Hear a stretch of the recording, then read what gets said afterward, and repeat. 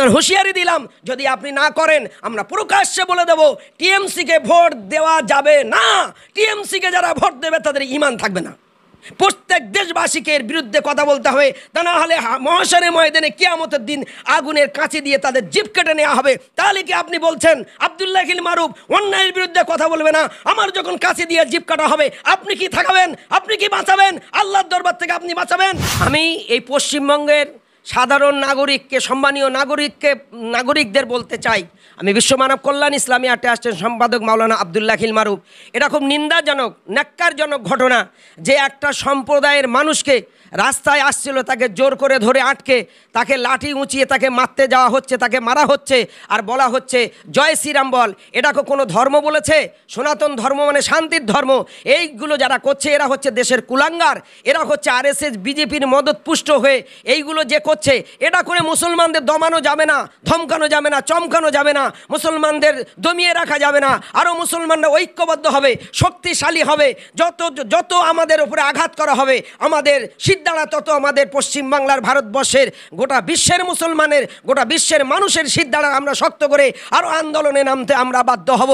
এরা হচ্ছে দেশদ্রোহী, এরা হচ্ছে সংবিধান বিরোধী কাজ, এরা হচ্ছে দেশের কুলাঙ্গার, এরা হচ্ছে আপনার মানুষ নামের এরা অমানবিক কাজ করছে। এটা সরকার যদি এর বিরুদ্ধে স্টেপ না নেয়, আগামী দিনে এই সরকারের বিরুদ্ধে আমরা পশ্চিমবাংলার মানুষকে এর বিরুদ্ধে আমরা রুখে দাঁড়াতে বলতে বাধ্য হব। এবং আগামী দিনে সরকার, এই পশ্চিমবঙ্গের সরকার, ইনি কি দেখতে পাচ্ছে না, ইনি কি শুনতে পাচ্ছেন না যে পুলিশ প্রশাসনকে দিয়ে তাদেরকে 24 ঘন্টার মধ্যে অ্যারেস্ট করিয়ে তাদেরকে উপযুক্ত শাস্তি দেওয়া হোক? আজকের এই পশ্চিমবঙ্গের মুখ্যমন্ত্রী কালা হয়ে গেছে, কানা হয়ে গেছেন, অন্ধ হয়ে গেছেন। আজকের ঘটিয়ারি শরীফের একটা ছেলে রাত্রে ঘুমিয়ে পড়ে তালদি স্টেশনে এসে নেমে জিজ্ঞাসা করেছিল, তার অপরাধে আজকের তাকে পিটিয়ে মেরে ফেলে দেওয়া হলো। আজ মুখ্যমন্ত্রীর সময় হলো না? তুমি বহু জায়গায় যাও, বহু জায়গায় সময় দাও, তুমি সেই আপনার কোথায় মন্দির হবে, কোথায় আপনার পুজো উদ্বোধন হবে, কোথায় আপনার আপনার সাগরে গিয়ে সপ্তাহের পর সপ্তাহ কাটাতে পারেন আপনি। আপনি 5 মিনিটের জন্যে এই অত্যাচারীদের বাড়িতে এসে আপনি দোষীদেরকে ধরে উপযুক্ত শাস্তির ব্যবস্থা আপনি করতে পারছেন না। আপনার সময় নেই, আপনি আগামী দিনে সংখ্যালঘুদের কাছে ভোট চাইবেন না। আপনি যদি মানবিক মুখ্যমন্ত্রী হন, এর বিরুদ্ধে আপনি কড়া হাতে স্টেপ নেবেন। আমরা বিশ্ব মানব কল্যাণ ইসলামিয়া ট্রাস্টের তরফ থেকে এই দাবি রাখছি।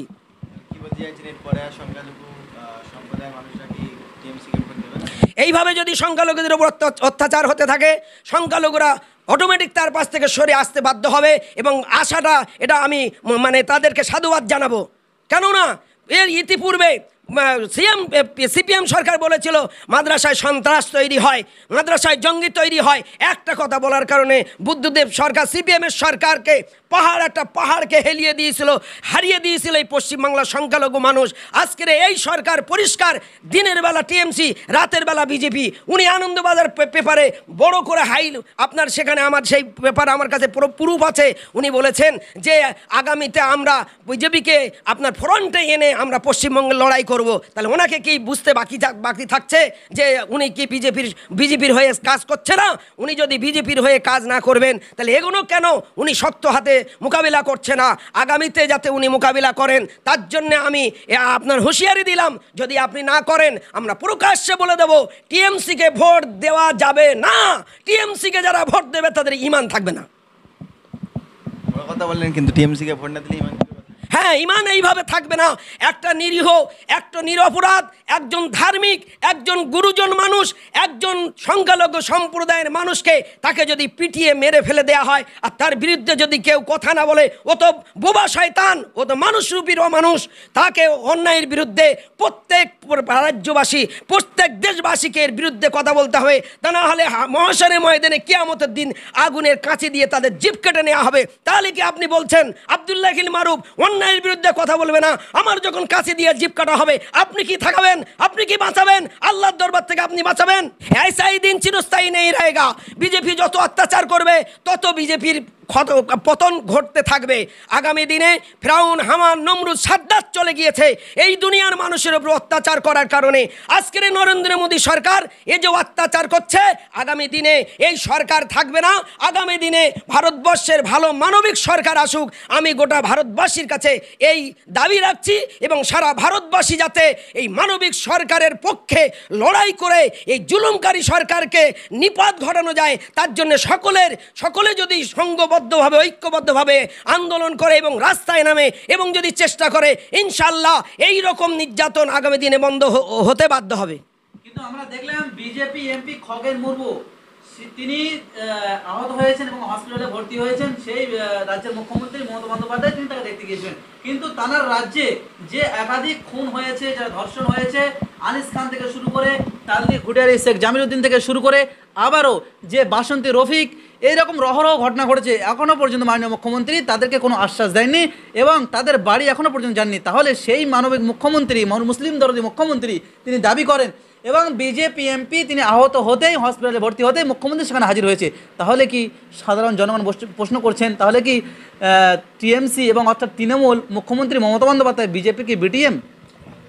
হ্যাঁ, একটু আগে যেটা বললাম, আনন্দবাজার পেপারে বড় করে সাংবাদিকরা খবর করেছিলেন যে উনি বলেছেন বিজেপিকে ফ্রন্টে এনে আগামী দিনে পশ্চিমবাংলা লড়াই করবেন। তাহলে এটাই তার প্রমাণ দিচ্ছেন যে একটা বিজেপি, উনি বলেন সাম্প্রদায়িক দল, আর সেই সাম্প্রদায়িক দলের একটা নেতা তিনি আহত হওয়ার কারণে যদি হসপিটালে দেখতে যেতে পারেন, একটা নিরীহ নিরপরাধ মানুষ, একটা ভালো সচ্চরিত্রের মানুষ, তাকে হত্যা করে পিটিয়ে মেরে দেওয়া হচ্ছে, তার বাড়িতে কি সরকার আসার সময় পায় না? তাহলে এখানে সংখ্যালঘু দরদি যে উনি মুখ্যমন্ত্রী বলেন, এটা উনি মিথ্যাচার করছেন, এটা উনি মিথ্যা কথা বলছেন, 100% মিথ্যা কথা বলছেন। আমি সংখ্যালঘুদের ভাবতে বলবো যে আগামী দিনে এর বিরুদ্ধে আপনার আন্দোলনে নামুন এবং মুখ্যমন্ত্রীকে জিজ্ঞাসা করুন কেন আপনি এই সমস্ত অত্যাচারীদের বাড়িতে যাচ্ছেন না, তাদেরকে হক ন্যায় বিচার পাইয়ে দিচ্ছেন না এবং তাদের পরিবারের পাশে দাঁড়াচ্ছেন না। আমি রাজ্যবাসীকে এই দাবি তোলার জন্য আহ্বান করছি, আবেদন করছি। কিন্তু এই পশ্চিমবাংলার মধ্যে যে ঘটনাগুলি ঘটছে, মুসলিম লিডাররা, ইমাম থেকে শুরু করে আরো যত মুসলিম লিডার রয়েছে, তাদের সাধারণ জনগণ তারা বলছে যে 3000 টাকার কাছে মমতার কাছে বিক্রি হয়ে গেছে ইমাম সাহেবরা, তার জন্য মুখ খুলছে না।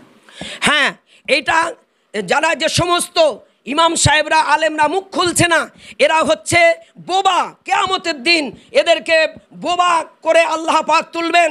যে কোরআন শরীফের সূরা ইয়াসিনের তাফসীরে আল্লাহ বলছেন, আলিয়াউমা নাখতিমু আলা আফওয়াহিহিম ওয়া তুকাল্লিমুনা আইদিহিম ওয়া তাশহাদু আরজুলুহুম বিমা কানু ইয়াকসিবুন। এই হাতের জবান খুলে যাবে, পায়ের জবান খুলে যাবে, অঙ্গ প্রত্যঙ্গের জবান খুলে যাবে। এই ইমামরা সেদিনকে বোবা শয়তান হয়ে যাবে। এই বোবা শয়তানগুলোর কাঁচি দিয়ে আল্লাহ জিভ কেটে নেবে। এই বোবা শয়তানগুলো সেদিনকে আল্লাহর জাহান্নামের ফেরেশতারা ধরে নিয়ে সব জাহান্নামে দিয়ে দেবে। এই হক কথা অন্যায়ের বিরুদ্ধে না বলার কারণে, সে পীর সাহেব হোক, সে আলেম হোক, সে হাফেজ হোক, সে কারি হোক, সে মৌলানা হোক, সমাজসেবী হোক, দেশদরদি হোক, দেশ সেবক হোক, দেশের পণ্ডিত মানুষ হোক, আপনার গবেষক হোক, আপনার কবি সাহিত্যিক হোক, যেই হোক না কেন, এই অন্যায়ের বিরুদ্ধে যদি না কথা বলে, কিয়ামতের দিন আল্লাহর কাছে সে ছাড় পাবে না। এর জন্য সে অপেক্ষা করতে থাকুক। আমার